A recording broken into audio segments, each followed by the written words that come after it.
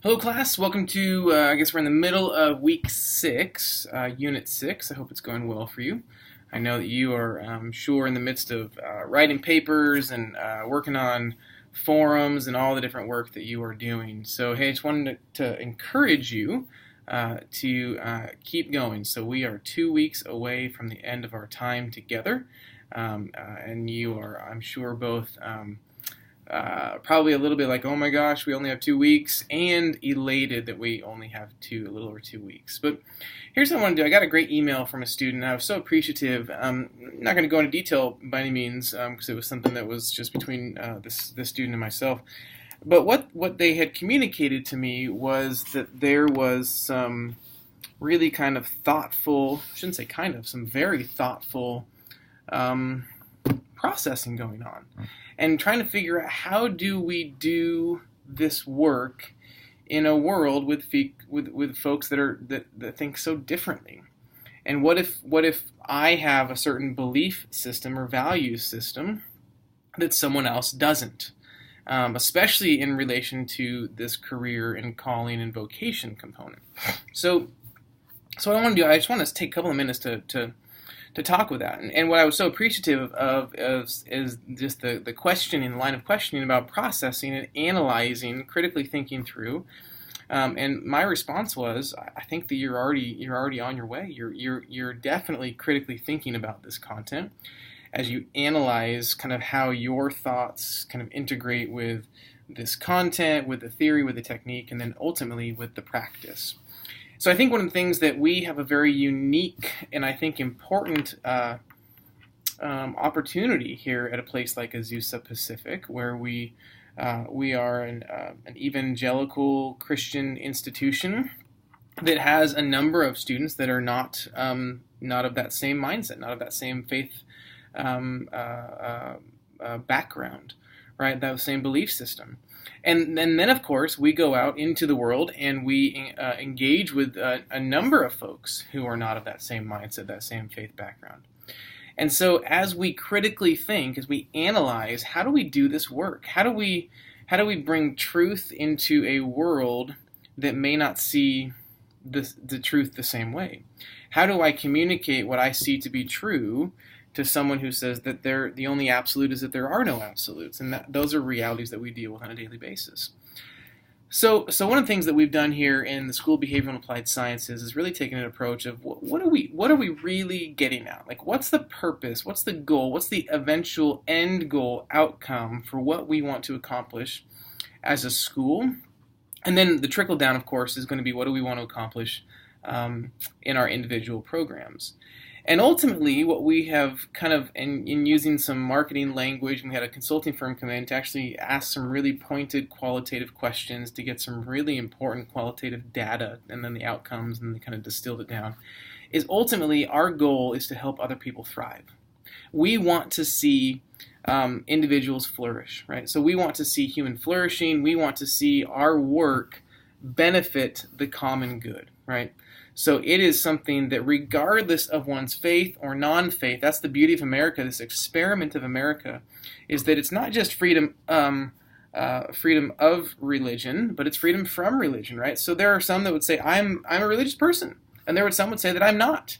And the way that our country has been designed is in such a way that we can, in confident pluralism, still live together, work together, eat together, talk together, consult, all these different things, right? So the country is designed to be in tandem with folks that may not hold our same beliefs or value systems. And so here you are, and you're taking this class, and we're looking at the science of psychology, right, through the lens of career development theories and techniques. Okay, and we are peppering in elements of vocation and calling. Now, a number of the books that you're reading have a very Christian perspective. Some of them that you may have chosen to read do not. They may have some kind of more spiritual undertones or elements, but they're not going to be explicitly Christian like a book by Dr. Mark Laberton, the president of Fuller Theological Seminary, would be, right? So I don't have the book with me here. I'm looking around my desk, but it's called Designing Your Life, okay? And in Designing Your Life, and I'll share some articles that you may want to check out, and a website. Designing Your Life is a book that's been written by Dave Evans and Bill Burnett. Okay, and in this book, Evans is a Christian, and Burnett is, I think he would refer to himself as a humanistic atheist, right? So an existentialist, humanistic atheist. And so they have these two individuals that work together at Stanford. They at one point worked together at IDEO, which is a institution in Palo Alto, and they have written a book together. In fact, they teach a class together at Stanford, and I think I may have mentioned this. They teach a class called Designing Your Life, in the namesake of the book, and it is the #1 most popular class on the entire Stanford University campus. Dave Evans, who he's the Christian, he's been teaching this content for a number of years. So again, I may have mentioned this, but I think it's relevant to our conversation today. So Evans was invited, actually, of all places, to teach the content at UC Berkeley. And so one of the things that he talked about was he was then at UC Berkeley, right? So it was, kind of the birthplace of the free speech movement. It's obviously a secular institution, public institution. Obviously, there are Christians there that are, there are people of all different faiths and backgrounds there. But he went in, he taught this class at Berkeley, and he said in an interview I heard of him, he was teaching the explicit doctrine of vocation. So the Lutheran doctrine of vocation that came out of the Reformation, in which we are here to celebrate the 500th anniversary of that. For those who are of that mindset, right? So he's teaching the doctrine of vocation. So then he and Burnett, they team up, and they're invited to take the same content and to teach basically explicitly that over at Stanford University. Well, now think about this. We've got an atheist and a Christian who, by all designs, kind of is how America was set up to be. And they're co-teaching, in fact, they're co-authoring a book. And even though their approaches to life, their approaches to faith, one having, one not, are I would say very different. They're complete and polar opposites. They're still teaching the content related to vocation, because they have both agreed that as you look at not just career but a life design, that these are principles that are the best principles by which we can live a well-lived, joy-filled life.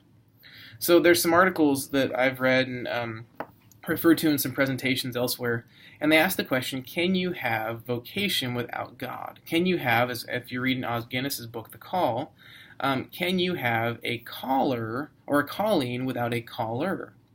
And there's a number of folks that have very different opinions. There's a book that's not too long ago called, I want to get the title, I had to look at my bookshelf, The Purposeful Graduate. And this is a book where they talk about calling. So, and sometimes these words, calling, vocation, are kind of used interchangeably. You can use vocational calling, and they all have similar connotations, similar meanings. And they ask a number of students on historically religious affiliated institution campuses about calling, about vocation. And some of these, the folks that are being interviewed, the faculty, the professors, the authors, are saying that you can have a discussion about vocation calling without a caller. And some are saying, like Guinness, no. And so my response, and I'm looking at all these things, is I think that you can have that conversation, but I wonder if it's the best conversation. So Brian Dick and Ryan Duffy wrote a great book, and I think it's in the recommended readings in the syllabus, called Make Your Job a Calling. And they interviewed students on a public institution campus, and in fact on multiple campuses. And most of these students, they came back and they said that a calling is something that is within you. It's innate, right? It's something that is kind of conjured up within you. And a vast majority of them said something along the lines of there being a caller. So can you have the conversation without? Yes. I would just wonder, especially if we're going to wrestle with these things in this context, should we have that conversation? Should we talk about it with void of a caller? Because I think that it helps to give more meaning, it helps to give more substance, and it helps for those of us who may not exactly or explicitly have that faith background to wrestle with. I think that's the beauty of, I would say, religious education, but more specifically Christian education, because it's not just accepting the holy, and we should, I think the accepted norms of the science of psychology or the science of, physical therapy and what have you. But then we have to then put on top of it this layer of what we're going to look through, the Christian faith, the Christian lens, the Christian worldview. And so now it's not just a check your brain at the door because we say it's Christian, we've stamped it okay. No. It's we need to, I think, I'm of the mindset, we need to wrestle all the more, because now we're not just looking at what a textbook says, we're looking at through the lens of what Scripture may say. And so we're wrestling with these things. I think it puts this onus on us to be all the more thoughtful, right? So we're told in Scripture that we should love the Lord your God with all your heart, soul, if we know this, mind and strength. We're told in the Proverbs that the fool hates or despises knowledge. So there's this thought, I think, in some circles that if it's Christian, it's brainless, it's thoughtless. And I would argue that if it's Christian, it should be the most thoughtful, thought out, purposeful, intentionally considered content that's out there. And so what I'm hearing from at least this one student, I'm sure there's many others of you, that there's this rustling going on. And it's not just internally, this is what I love about this class, it's not just an internal wrestling, like how do I reconcile these things? But it's a reconciliation of the ideas and the content on the external as well, to say how do I then take what I'm learning and apply it to large swaths of people, some of faith mindset, some of not. Some of you may say, I want to be an explicitly Christian therapist, an explicitly Christian counselor, and I'm going to even operate out of my church. I know a number of folks come to this program and they say that. Many of you probably won't do that. And so then you'll have this other layer of things to wrestle with. But I think that that's going to make you even better as you wrestle through it, as you critically think. One of the things that I tell students all the time, and if I haven't said it so far, I'm going to say it today, is just because the professor says it doesn't mean it's true. Right? Just because there's a bunch of letters and credentials after their name doesn't mean that what they're saying is true. Now, I'm not this question authority person, but I am this person that, as the student, and I've been there many times, and you're there now, I think it is our duty, it is our responsibility to hear what's being said, and to wrestle through with that and say, I don't know if that sits well with me. And then to have a respectful conversation with the professor, with your fellow students, and to wrestle. I mean, this is where we should be kind of in this volleying of ideas back and forth, back and forth, back and forth, which is why I want these forum discussions to take place and be so intentional, which is why I want even these quick videos to be thoughtful and intentional, which is why I'm so excited to see these great, thoughtful, important questions being asked of you, to see that you are seriously taking this content to heart and saying, how do I do this? Because as you start with you, in leadership, where I spend most of my time these days, in leadership, we always talk about how in order to lead other people well, we need to lead ourselves well. And so as you're thinking about how do you counsel well, how do you work with clients well, I think it first and foremost, it starts with us. How do I take care of me well? How do I wrestle through things on my own so that I can help my clients to wrestle through them as well? So I hope that's some helpful insight. All that is to say that I think that for those who I've heard from, you're on the right path. I'm always, of course, open to going back and forth on email. If you're on campus, let's set up a time to meet. I know the papers due this weekend, so it need to be relatively soon that you reach out to me. But I think at least some of these correspondences that I've seen so far, we're on the right path.